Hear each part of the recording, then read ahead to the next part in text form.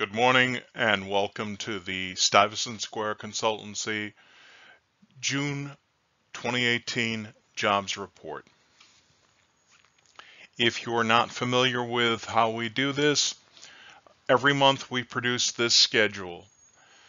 It shows the month being reported in red, which is June, as well as the prior month, which in this case was May. We show that in blue.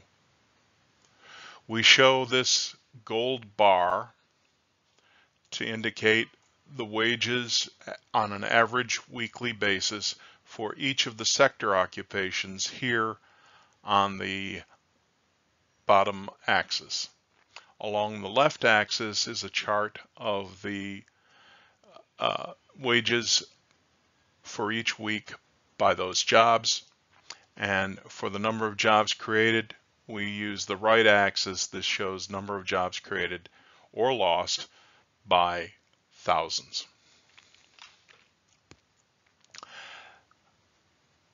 This was a reasonably good jobs report. We created 213,000 new jobs, which is much better than had been anticipated. Well, reasonably much better than had been anticipated. The great thing was that most of the jobs were in higher paid sectors such as business and professional services and in manufacturing, and also in the education and health services sector. We lost retail jobs, which has become kind of a regular thing in these jobs reports. The jobs increase and decrease, so we're not really certain where retail is settling out. And we also had decent jobs creation in the low wage sector of leisure and hospitality.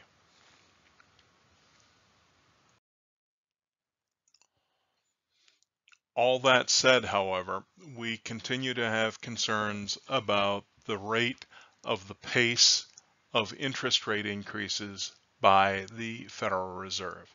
We don't think that there's a reasonable basis to continue the rate of increases that the Fed has adopted.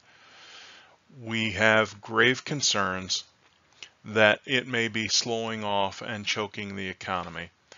We express that concern because of the yield curve narrowing, as now below 90 points on some days between the 3-month and the 10-year yield curve.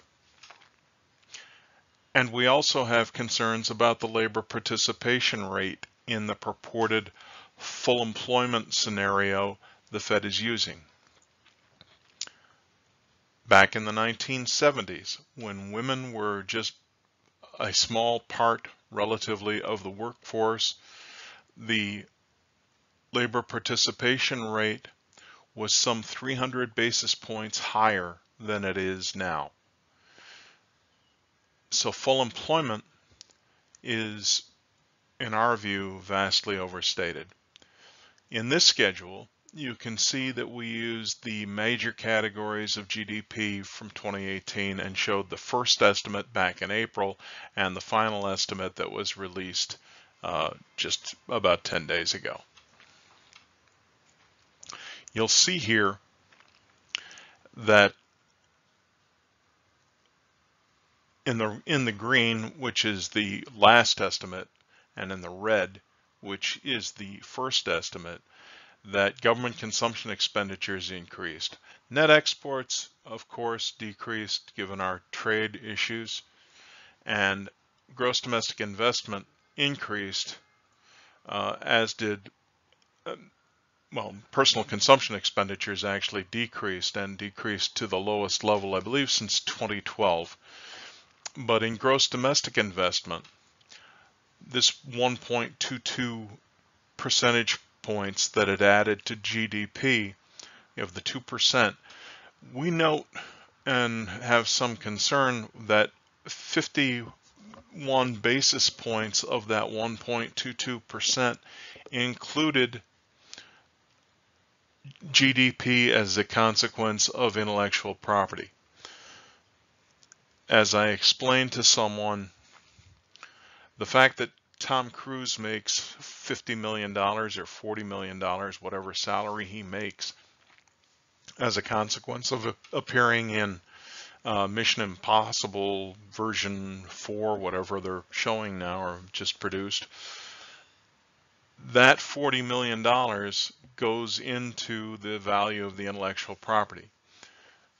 GDP from intellectual property does not really work its way through the economy the way things like personal consumption expenditures do, or government expenditures, or even net exports. So imagine now if this 2% GDP on the final estimate had instead just been made up of GDP pre-2013, when they first added intellectual property.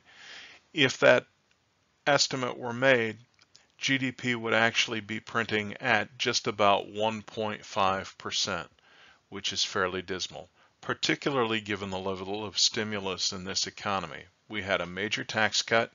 We have $3 trillion of foreign earnings being repatriated to the United States. Things should be going much better in our view. So as a consequence, we lowered our estimate of the second quarter GDP, the quarter that just completed, from where it had been to 1.9 to 2.4%. And frankly, that's a bit optimistic. We may drop it even further.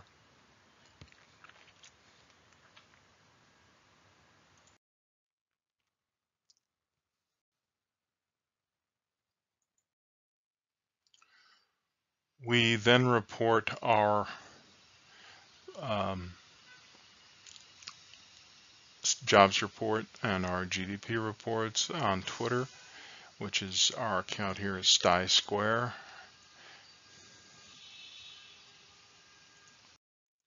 We then report it on LinkedIn, the Stuyvesant Square Consultancy.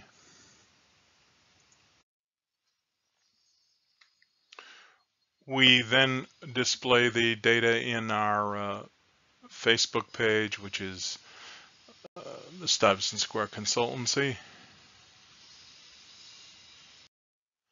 Finally, we do a detailed discussion of the jobs report in a website called seekingalpha.com. This just requires a sign up. It's otherwise free unless you want premium content.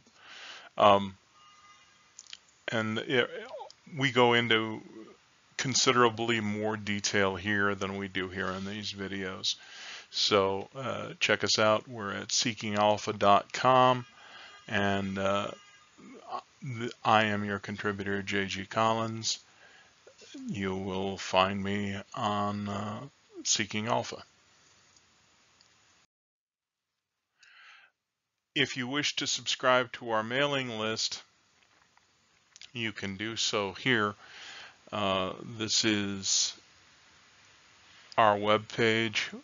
This is under Contact Us and subscribe to our mailing list. You just enter your email, your name, what have you, and post the subscribe, and we will put you on our monthly mailing list. That concludes our discussion of the May 2018 jobs report. We'll be back in July with a discussion of the June jobs report and the GDP as well. If anything breaks in the meantime, you can find us here. This is our webpage. Again, it's stysquare.com. We're on LinkedIn at the Stuyvesant Square Consultancy. We're on Twitter at Sty Square, and we're on YouTube at the Stuyvesant Square Consultancy. We also have a Facebook page, the Stuyvesant Square Consultancy. Take care. We will see you in July. Thanks.